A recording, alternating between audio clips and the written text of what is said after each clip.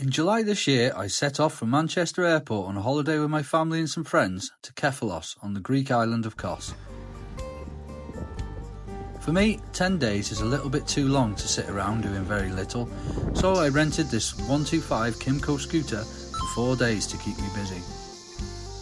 On this day, I headed from our apartment in Kefalos to the hilltop village of Zia, famed for its beautiful sunsets and far-reaching views. We'd actually been up to the village a couple of days before on a coach trip to experience the sunset and eat at one of the restaurants in Zia.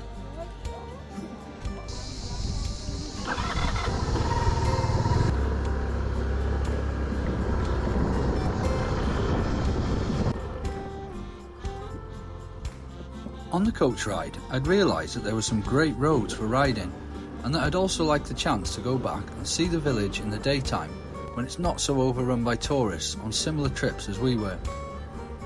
Many of the smaller roads on the island are in very poor condition, with some huge potholes, but as you head onto the main routes, the surfaces are great and make for some really nice riding. I'd never ridden anywhere outside of the UK until this trip, and I think it was a good place for my first go at riding on the other side of the road. There isn't too much traffic, and the roundabouts and junctions were all pretty simple and straightforward.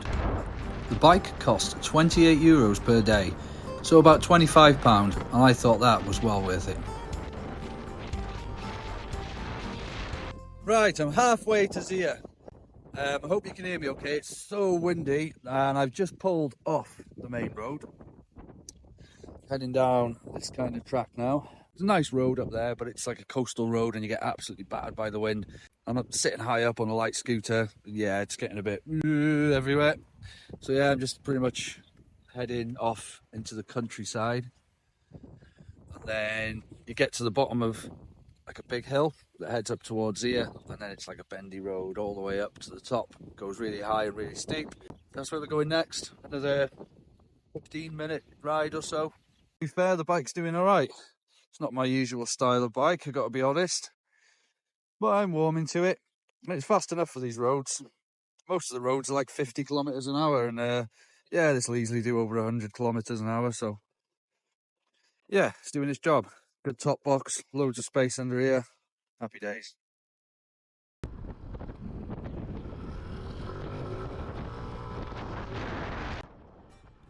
Coming away from the main route and onto the slightly less used road turned out to be a great choice. There were some really nice bends, hardly any traffic, and some great views. Just the kind of riding I was hoping for, and the kind of riding that suits a little 125 perfectly. On the top side of the island, closer to the main town of Kos, there were other places that you could rent motorcycles where you'd get a better choice. I think there was even ways of getting adventure bikes and Royal Enfields and such. But as them places were a little bit out the way from where I was staying, I decided to just stick to a local rental place, and the 125 did me just fine.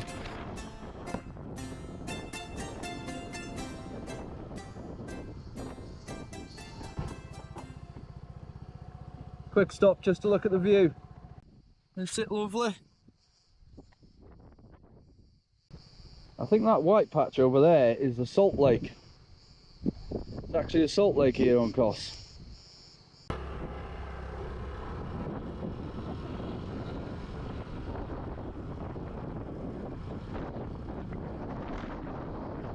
On the way, I stopped to take a photo of the bike next to a pretty Greek church, and then headed up the very steep and bendy road that leads up to Zia. This part was great fun, apart from the cobbled road at the top that shook me and the scooter to bits.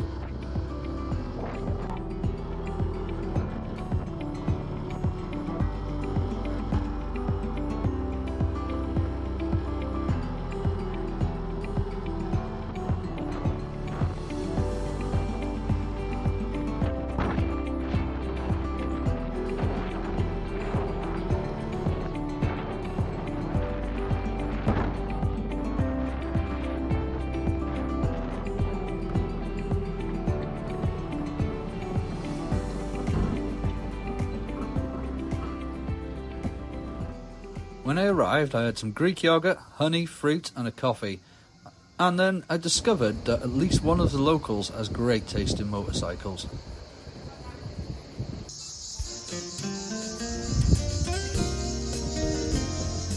Well, thanks for joining me on the road to Zia.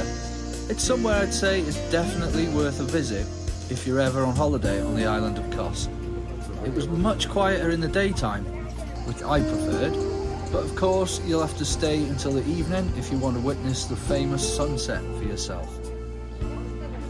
Well, I hope you've enjoyed it. Don't forget to subscribe for more content. Thanks very much, and ta-ra for now.